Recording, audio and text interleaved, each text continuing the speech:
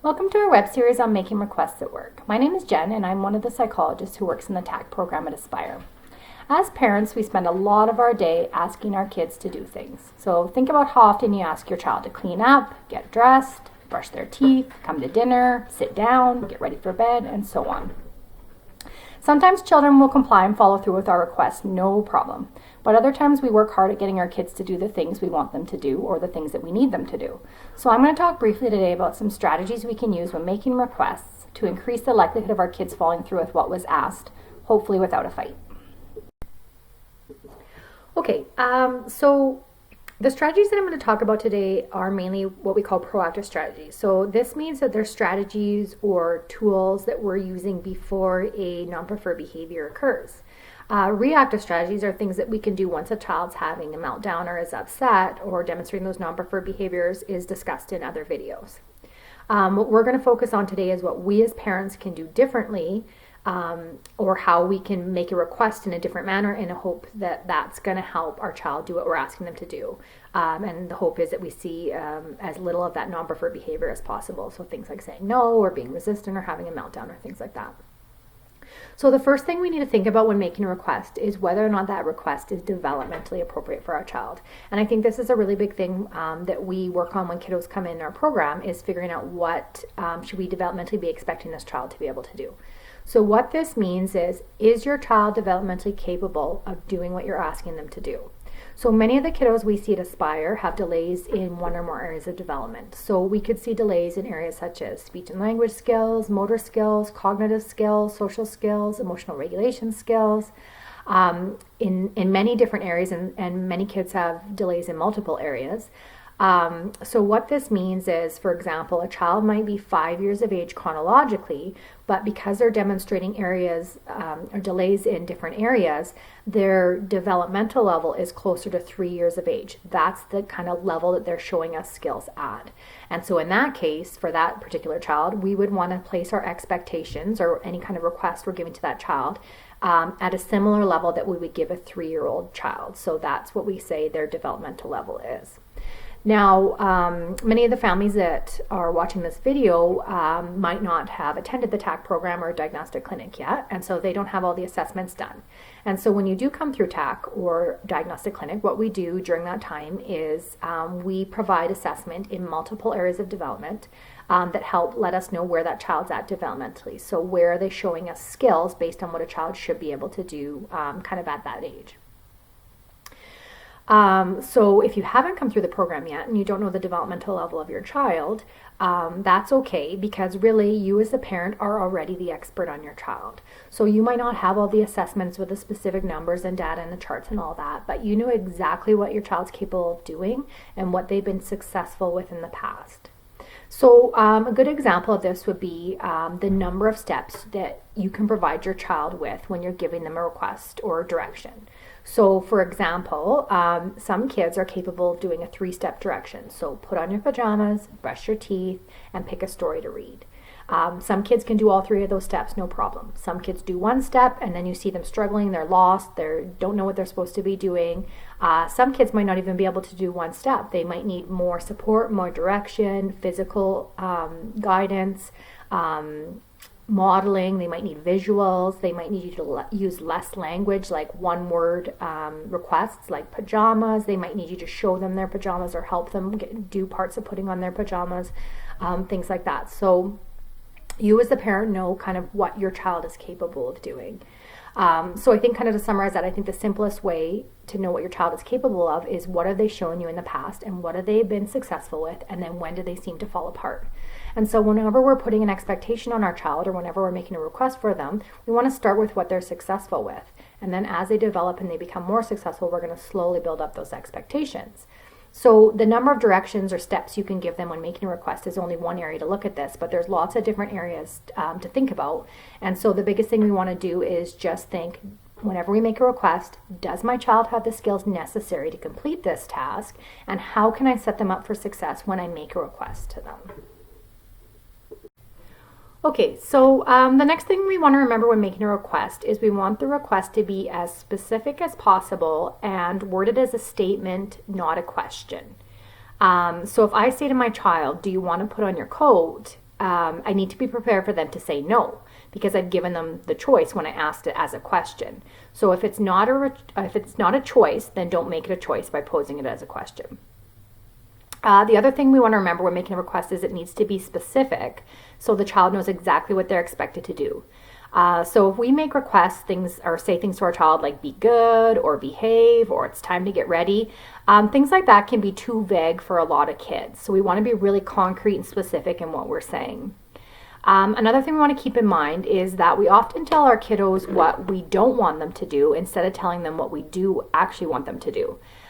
So when we tell a child what not to do, what we are actually hoping for them to be able to do is to take that information in, not do that, and at the same time figure out what it is they actually are supposed to be doing. So that's a two-step process, and it requires a lot of mental effort, especially for young kids. So by telling them specifically what we want them to do, it requires less cognitive effort, and they only have to really remember that one thing. So an example of this is if a child's running and we say don't run, they need to think don't run, but they also need to figure out, well, I should be walking. When we could really just say to them, walk please. So to summarize all that, we want to be specific. We want to tell our kiddos exactly what we want them to do, and we want it to word it as a statement, not a question, unless we're actually giving them the choice or the option to say no.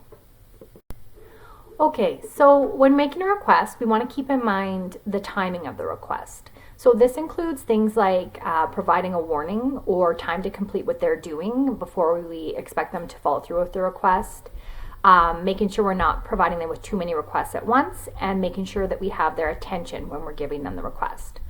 So for an example of this at my house that often doesn't work is my son will be downstairs playing his video games and I'll yell down to him, it's time to go to bed.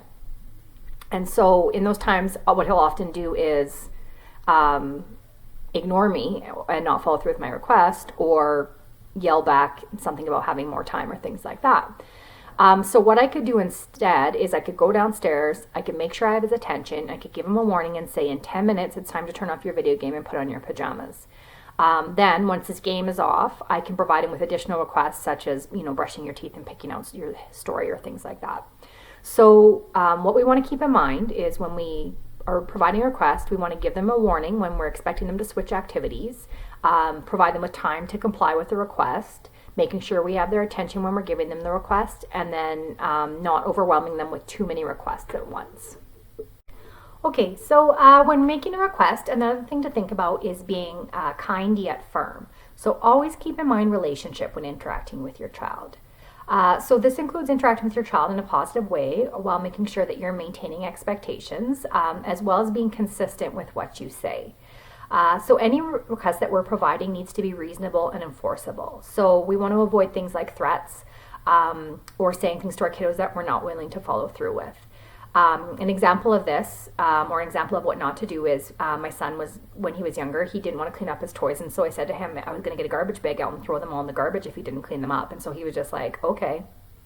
And so that wasn't something that I was willing to follow through with. So it didn't really work because then I had to, take back my words and kind of figure out a way to get out of that one. So unless you're not going to follow through with it, then don't say it. We also want to keep in mind that threats are only going to work so long with our kiddos, especially if we're not consistent in following through with them. They kind of lose their power as kids know, mom's not going to do that or whatever it is, or as they develop and it's not really worth it to them, the consequence of what we're saying. And the other thing is that supporting our kids to making sure that they're successful and working on positive interactions is going to be a lot more beneficial long term, and it's going to work on establishing that relationship. And our children are going to be more willing to do stuff for somebody that they have a good, strong relationship with. So just keep in mind, the other thing though is that you're the parent. So it is your job to set appropriate expectations and limits for your child. That is part of being a parent. And so they're not always going to be happy and they're not always going to like what we're asking them to do. And that is okay. It is okay for them to not, want to turn off their video games, or it's okay for them to not want to clean up their toys, or whatever it is that we're asking them to do, provided that it's developmentally appropriate. It's okay that they don't like that, but we want to just keep in mind that idea of relationship when we are providing those expectations. And so We will provide another video that talks about empathy or things that we can do in those times when they are upset about what we've asked them to do, but just always keep in mind when setting that expectation or putting up that request that we want to be kind when doing it, yet firm. So maintain relationship while maintaining that expectation as well. Okay, so before I end, I'm just going to talk quickly about some additional strategies to help increase compliance or help increase the chance our kid's going to follow through with our request. So a big one that is often used is the first then strategy. So this involves having a non-preferred activity followed by a preferred activity. So first put on your pajamas, then snack. First write 3 sentences, then play Lego. First coat, then toy. So it's first something I don't want to do, followed by something I like to do. Another way to increase compliance is to make the activity into a game. So things like how fast can you put your boots on? Who can get dressed the fastest? How many stuffies can you throw in the bin? How many toys can you pick up at once? If I throw your clothes all over the room, see how fast you can find them and get dressed. So any way that we can make an activity into a game is going to increase the chance that our kids are going to want to participate because it's going to be more fun. It might seem like more work to make it into a game than to just ask them to do something and expect them to follow through with it. But if we have a kiddo who often resists or puts up a fight, that's going to take a lot longer and be a lot harder on everybody than the time it would be to just make it fun in the first place. And anytime we can make an activity more fun and enjoyable for our kiddos, it's always a plus, and it always works on strengthening that relationship with our kiddos when we're enjoying our time together. Choice is another way to help increase compliance. So much of our kiddos' day is involves being told what to do and when to do it and how to do it. So kiddos have very little control over what's going on throughout their day. Anytime you can, provide your child with a choice. So for example, it's time to go to bed. Do you want to put on your pajamas or have your snack first? It's time to get dressed. Do you want to wear your red pants or your blue pants? It's time to clean up. Do you want to put away the animals or the cars? So keep in mind what the goal is of your request. That's what we want to provide, is that specific statement. So it's time for bed, it's time to get dressed, it's time to clean. And then whatever we can do to add a choice to that within our specific goal helps give them a little bit of that control and helps to increase the chances that they're going to follow through with them. All right, another strategy would be to provide our kiddos with assistance. So we have to keep in mind that kids are still learning and developing, and they still need our help. So a task that might seem easy for us or simple for us might be overwhelming and challenging for them. So we want to keep in mind that balance of helping our kids and supporting them in what they are doing and what they are needing, and then not over asserting ourselves always in doing it for them. But whenever we can help our kiddos, that will be helpful for them as well. And then the last strategy I'm going to talk about is to provide wait time while maintaining an expectation. So some kids take longer to process language and need more time to think about what we've asked them to do.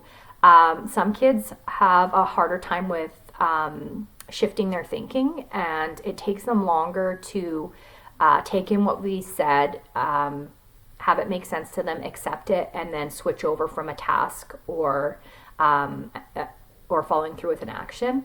And so they could use a little bit of extra time. And then some kids just need more time in terms of regulation. So they need to be able to hear something that they don't want to do and be able to deal with their emotions and calm to a point that they're able to comply with what was asked. And so anytime you can, or anytime you see a child who's a bit resistant to what you're doing or what they've been asked to do, you can provide them with wait time, but still maintain the expectation that they need to do what's been asked of them, provided that it's developmentally appropriate, as we talked about before. So an example of this is if you ask your child, it's time to put on your coat, and they're, not complying or whatever it is, you can just say, I'll wait till you're ready. And then we need to be calm and patiently wait for them to comply. So that keeps in mind that idea that we talked about before of being kind yet firm. So I'm going to wait patiently, but I'm firm in that expectation of this is what you need to do. If the kiddo attempts to do something else, so they want to play toys or whatever it is, we can restate that expectation and just maintain that this is what we need to do. I'll wait till you're ready, but we're not doing something else. So it's time to put on your coat. It's not time to play. And then just possibly use that physical guidance or whatever is needed to prevent them from playing with their toys. This strategy pairs really well with empathy, which is a strategy that's discussed in another video as well. So just to kind of wrap that all up and summarize, I think we also need to keep in mind that our kids are still learning. So just like us, they're going to have tough days. They're going to not like the things that they're asked to do. They're going to be resistant to things. They're going to say no. This video works on general strategies for helping to increase compliance when making requests, but it doesn't deal with the behavior that we might see once that request is made. And so that's information that's provided in another video. We also want to keep in mind that not every strategy is going to work every time or for every family. So if needed, if you require additional support, reach out to Aspire and we can help with providing additional information or strategies for families.